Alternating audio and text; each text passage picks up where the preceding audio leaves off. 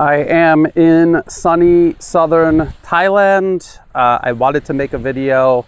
I'm away from my office, so if I wanted to do a video, it's either this or no video at all. I'm not trying to muscle in on Alex Christoforo's walk-in talks. But I want to talk about this New York Times article titled, "In Ukraine, Bakhmut becomes a bloody vortex for two militaries." And they're talking about the ongoing fighting in the eastern Ukrainian city of Bakhmut, which Russia would like to make into a Russian city. And they have been fighting there for months. But ultimately, and as I've said many, many times before, and as Russia said when they began the special military operation in late February, the first goal is demilitarization, eliminating Ukraine's military. And that is exactly what they're doing. And that is exactly what the New York Times says they're doing. So let's just take a little look at this article and let's see how they're basically confirming something that I had said during the euphoria spreading across the Western media after Russian forces withdrew from Kherson City and from the west bank of the Dnieper River. I said that was not the beginning of wider gains for Ukraine. That was the beginning of the end. And even as they were trying to put pressure on Kherson, and even as they were finishing up retaking all of that territory in Kharkov, they were losing territory elsewhere because their military is stretched too thin. They were pulling forces away from the rest of their defense lines, and as a result, their defenses have been slowly collapsing elsewhere. So, New York Times claims, for months, they have thrown masses of troops and materiel into battle here as the Russians mount desperate attempts to capture the city and the Ukrainians to hold it. And the article is using this word desperate, but they never explain why it's desperate or how it's desperate. They never qualify the word desperate, which is what tells you you're reading propaganda. And then the New York Times indirectly, but very clearly admits that it's actually Ukraine that is in a desperate situation. It says, in recent days, Ukraine has sent floods of reinforcements into Bakhmut, including special forces and lesser trained territorial defense fighters, according to soldiers, local residents, and a U.S. defense official. And you only flood someplace with reinforcements if your situation is dire, if you are overstretched, if you don't have enough forces there, if your forces are being decimated and you need to replace them, you bring in reinforcements. And so this is what's happening to Ukrainian forces in Bakhmut. They're being decimated and they're bringing more to try to plug the holes in the defenses. The article continues. It says, the intensity of Russia's attempts to seize the city has baffled military analysts. Elsewhere along their 600-mile front line, the Russians are mostly digging in for winter to entrench and conserve resources. Why is it baffling? If in late February, Russian President Vladimir Putin said the goal was to demilitarize Ukraine, and they're fighting this battle in and around Bakhmut that is sucking in whatever is left of Ukraine's forces, that seems like things are going according to plan. That seems to be exactly what Russia would want to do. And if they can concentrate Ukraine's focus in one area, that is much better than it being spread out across the front line. The New York Times says they're flooding Bakhmut with Ukrainian reinforcements. Well, then isn't that exactly what Russia would want? Them to continue feeding these forces into a Russian operation that is destroying them. It sounds like they're demilitarizing them to me. The New York Times admits, in the 6 months that I've been in Bakhmut, I have never seen our artillery working like this, said a Ukrainian soldier in the city, referring to the volume of Ukrainian shells fired. He spoke on the condition of anonymity because he was not authorized to speak to the media. But at this point in the war, both armies may find the pace of bombardment hard to sustain. It says may, and I don't think so. I don't think so. I don't think for Russia it is hard for them to sustain. We know that the West is out of artillery shells and out of artillery pieces to send Ukraine. We know that because they've said it. And we know it because we can see it playing out on the battlefield. We can see where Ukraine is being outgunned everywhere. We can see the Western media admitting around Kherson, for example, Ukraine being outfought, outgunned, outranged by Russian forces. Despite Ukraine's numerical superiority, they lack heavy weapons and ammunition. And that would not be happening if the West was actually able to really keep up. Because I've had a lot of people ask me, how do you know they're telling the truth about all of this? It's playing out on the battlefield. That's how we know. The West says they're running out of these things, and we can see on the battlefield the results of that playing out. The New York Times is citing this claim that Russia is allegedly looking for artillery shells from North Korea. This has never been confirmed. There's no evidence to suggest that Russia is doing this. So they have to depend on a story that could possibly be entirely made up. Meanwhile, we actually see Ukraine running out of these things on the battlefield. And we can see that even if Russia is running out of these things as well, they still have far more than Ukraine does at this point. Then the article claims, one of the Pentagon's frequent concerns is that the Ukrainians are firing ammunition at an unsustainable rate, especially in places like Bakhmut, under the false assumption that the West's supply of ordnance is unlimited, said the U.S. defense official who spoke on the condition of anonymity to discuss sensitive information. As Bakhmut, shelled continuously by the Russians since July, devolves into a battle of attrition, its strategic significance has changed too. Even if Russia's hopes of expanding its territory here have dwindled, it can still make the city a resource-intensive black hole for Kiev, taking troops from other Ukrainian priorities, potentially including future offensives. Exactly. This isn't something that has gone from one thing to another. This is what Russia set out to do from the very beginning. Demilitarize. I'm going to continue to say it. Demilitarize. And the New York Times never explains how Russia isn't going to be able to expand their territorial gains in the Donbass, because as this battle around and now in Bakhmut continues, Russia is actually incrementally expanding its territory. It's very slow, but that is how they've been doing this since the very beginning. Then the New York Times cites Ukrainians claiming that Russia is losing far more troops around Bakhmut than Ukraine is, but that seems highly unlikely. There's no evidence to suggest that that is happening. And then the New York Times repeats this claim that both Ukraine and Russia have lost 100,000 troops, which is not, I don't think, true for either side. I think Russia's Ministry of Defense, their numbers for Ukraine's losses were actually lower than that. And of course, for Russian losses, much, much lower, well beyond 10 times less than that. And I believe those numbers before I believe this 100,000 figure. I've never heard it broken down in any logical way or explained in any way. And so I think this is the New York Times trying to console readers regarding this bad news that Ukrainian defenses are breaking down in Bakhmut. And this is kind of the process we saw the Western media go through as they came to grips with Severodonetsk and Lysychansk being taken by the Russians.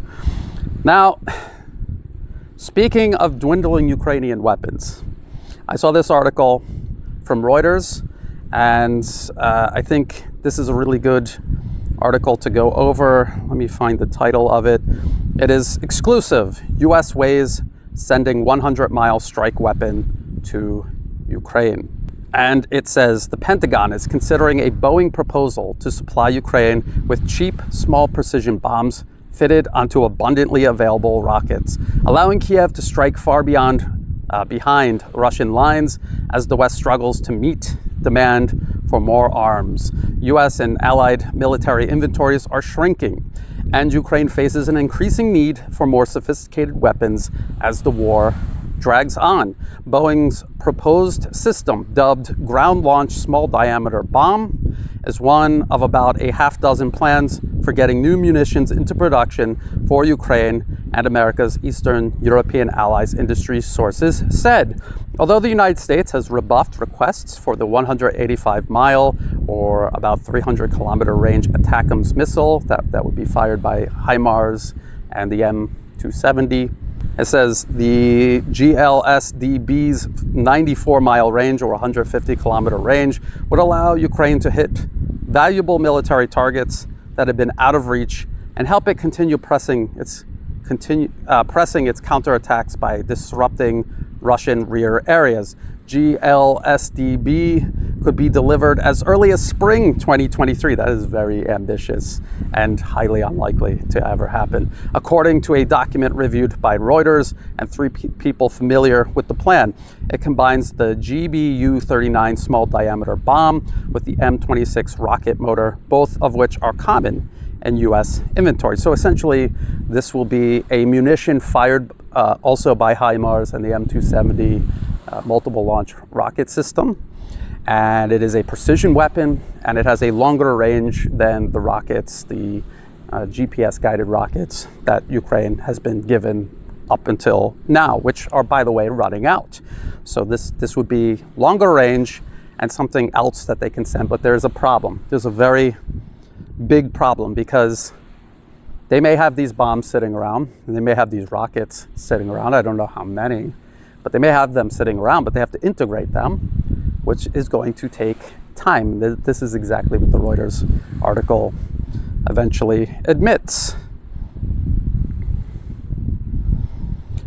But before we go into that, I just want to explain, this is not a capability that Russia does not have. Russia has long-range precision weapons, rockets and missiles that can go as far or further than anything the West has been handing over or could possibly hand over to Ukraine, including ATACMS. Russia has the Iskander missile complex. This fires missiles accurately up to 400 to 500 kilometers, which outranges even ATACMS. So let's get an idea of how many of these things they could possibly send, because I have heard that there's about 17,000 of these bombs that they want to use. And so it says, this is an article from Flight Global. It's from 2015, and it's titled Boeing Saab Test Ground-Launched Small Diameter Bomb. So they're talking about this back in 2015. Boeing has so far produced more than 17,000 of these small diameter bombs, weapons for 8 air forces. We build several thousand a year, and in recent operations against ISIL, it has been the weapon of choice. And the article is citing Debbie Raub, general manager of Boeing's General Strike Division. These bombs have been built since 2006. There's around 17,000 of them by the time they wrote this article in 2015. So that means about 1,900 are built bombs, just the bombs, not integrated with these rockets, every single year. But that does not mean that that is what's going to be available to Ukraine, not even close. And this is what Reuters talks about. It says, although a handful of GLSDB units have already been made, there are many logistical obstacles to formal procurement. The Boeing plan requires a price discovery waiver, exempting the contractor from an in-depth review that ensures the Pentagon is going to get the best deal possible. They won't, and that means the American taxpayers are not going to get the best deal possible. Any arrangement would also require at least 6 suppliers to expedite shipments of their parts and services to produce the weapon quickly. The M26 rocket motor is relatively abundant, and the GBU-39 costs about $40,000 each, making the completed GLSDB inexpensive and its main components readily available. Although arms manufacturers are struggling with demand, those factors make it possible to yield weapons by early 2023, albeit at a low rate of production. I have no doubt that the money will travel into Boeing's bank account at lightning speed, but these weapons are going, they admit they're going to be available at the earliest somewhere in the beginning of 2023, but likely much later than that. And then even when they are being produced, they will be produced in very small numbers. So it's back to square one for Ukraine. They're running out of everything else, and then even these so-called solutions that they're coming up with are falling far short of what they need to fight a war on this scale. By the time the West gears up its industry, which could take a couple of years actually, to meet the demands that Ukraine faces in this conflict, there might not even be a Ukraine left. So Russia has time on their side. It's not unlimited time, but they do have time on their side before the West gets things up and running. So, you know, they can take their time, but they do have to get things done to a certain extent before the West gears up its industry, if it can, and when it does. Now, I just want to reiterate one last time, this capability is not something Russia doesn't already have in abundance. And if this type of capability can win the war, it will be won by Russia much sooner and in a much bigger way than Ukraine. And that is just a fact. And the same goes for HIMARS. Nobody said HIMARS wasn't going to be able to hit targets with precision. We know that that is possible. The point is they're not ever going to get nearly enough of them to tilt the tide. And just a single weapon system is not what wins you a war. We're talking about combined arms warfare. They're not getting more of these than what Russia has in terms of long-range precision strike weapons. And they're not getting all of the other things they need to fight a combined arms war. So at the end of the day, they are still going to be outmatched no matter what the West sends, unless they can send it in quantities to the same extent that Russia has available to them. And that includes things like military aviation, drones, counter-battery radar, artillery pieces, all things the West has admitted they cannot produce and deliver to Ukraine, not anytime soon. So I just thought I would update everyone on this. I saw these two articles, and I wanted to get this out there right away. I thought people would be curious about it. They hear a new wonder weapon in the works. They're probably going to want to know the details. Now you know. And then I will do a full update on the situation in Ukraine shortly. If you thought this video was useful, please like and share. Think about subscribing to my channel. It's free to do. It helps the channel grow. Check the video description below for other places you can find and follow my work. All of my YouTube videos are uploaded on Rumble and Odyssey. I am on Telegram. I am on Twitter. So please find and follow my work there. In the video description are the links that I went over, these articles that I was discussing. They're in the video description below, as are ways you can help support my work. I don't monetize my YouTube channel. If you see an ad pop up, please just skip it because it's not helping me at all. And if you do want to help me out, please do so through Buy Me a Coffee, through Patreon, and through PayPal. And to everyone who has been helping out, thank you so much. That's what makes this work possible. And as always, thank you for watching.